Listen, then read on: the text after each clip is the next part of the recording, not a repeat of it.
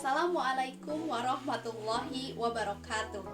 Perkenalkan, nama saya Indah Ayudia, mahasiswa UIN Sunan Kalijaga, Prodi Pendidikan Kimia, Fakultas Ilmu Tarbiyah dan Keguruan. Video ini dibuat untuk memenuhi tugas mata kuliah Peradaban Islam yang diampu oleh Ibu Dr. Nur Saidah, SAG, MAG. Pada kesempatan kali ini, saya akan menjelaskan mengenai sejarah peradaban Islam pada masa dinasti Fatimiyah. Yang pertama, sejarah kemunculan dinasti Fatimiyah. Kemunculan dinasti Fatimiyah tidak terlepas dari gerakan-gerakan yang frontal yang dilakukan oleh Syiah Ismailiyah yang pada masa itu dipimpin oleh Abdullah ibnu Syi'i dengan terampil dan terorganisir, sehingga pada tahun 909 Masehi gerakan tersebut berhasil mendirikan dinasti Fatimiyah di Tunisia, Afrika Utara. Sebelumnya, daerah tersebut dikuasai oleh dinasti Aghlabiyah. Namun, di bawah pimpinan Said ibnu Al-Husain, dinasti Aghlabiyah pun runtuh hingga digantikanlah oleh dinasti Fatimiyah. Nah, dinasti Fatimiyah ini merupakan dinasti yang berideologi Syiah. Dinasti ini merasakan 3 ibu kota, yaitu Rokodah, Al-Bahdiyah, dan Kairo. Di bawah 14 khalifah, dinasti ini berdiri selama 262 tahun, yaitu dari tahun 909 sampai 1171 Masehi. Sekarang kita beralih ke daftar khalifah pada masa dinasti Fatimiyah. Berikut daftar khalifah pada masa dinasti Fatimiyah. Dari daftar tersebut terdapat seorang khalifah yang mana beliau ini memberikan kontribusinya yang sangat luar biasa untuk kemajuan dinasti Fatimiyah. Siapakah beliau? Beliau adalah Al-Mu'izz Lidinillah. Memerintah dari tahun 965 sampai 975 Masehi. Apa saja peran beliau? Yang pertama, beliau adalah orang yang berhasil menaklukkan Mesir. Padahal waktu itu Mesir merupakan pusat dunia Islam. Yang kedua, beliau berhasil mendirikan ibu kota baru, yaitu Kairo. Yang ketiga, beliau menyebarkan paham Fatimiyah, yaitu Syiah, ke Palestina, Syria, dan Hijaz.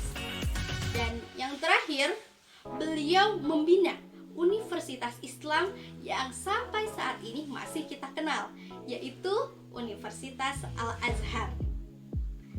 Berlanjut pada masa kejayaan dinasti Fatimiyah. Masa kejayaan dinasti Fatimiyah dimulai sejak pindahnya pemerintahan dari Abu Tamim hingga mencapai puncaknya pada masa pemerintahan Abu Al-Mansur Nizar Al-Aziz, yaitu pada tahun 975 sampai 996 Masehi. Nah, kejayaan dinasti Fatimiyah ini dapat kita lihat dari berbagai aspek. Yang pertama dari aspek agama, yaitu toleransi yang sangat tinggi pada masa itu. Kemudian dari aspek politik, yaitu sistem pemerintahan yang teokrasi dan demokrasi. Aspek pendidikan dengan pembangunan universitas dan perpustakaan. Aspek peradaban dan kebudayaan dengan kota Kairo sebagai buktinya. Aspek arsitektur dengan Masjid Al-Azhar sebagai buktinya juga. Dan aspek kesenian dengan produk tekstil, tenunan, keramik, dan penjiritan. Pembahasan selanjutnya mengenai masa keruntuhan dinasti Fatimiyah. Keruntuhan dinasti Fatimiyah dimulai sejak pemerintahan Al-Hakim yang membuat kebijakan-kebijakan kontroversial di bidang agama, hingga terus merosot pasca pemerintahan Al-Zahir, dan runtuhlah dinasti Fatimiyah pada masa pemerintahan Al-Adid, yaitu periode 1160 sampai 1171 Masehi. Keruntuhan dinasti Fatimiyah ini disebabkan oleh faktor eksternal berupa rongrongan dari penguasa luar, juga rongrongan dari internal.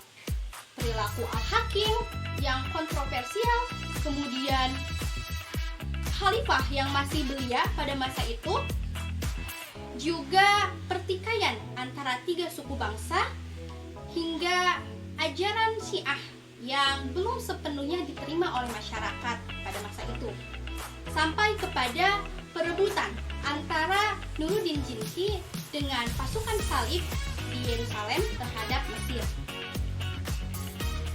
Kita akan membahas siapa sajakah ilmuwan pada masa dinasti Fatimiyah. Teman-teman tahu? Berikut daftar ilmuwan pada masa dinasti Fatimiyah.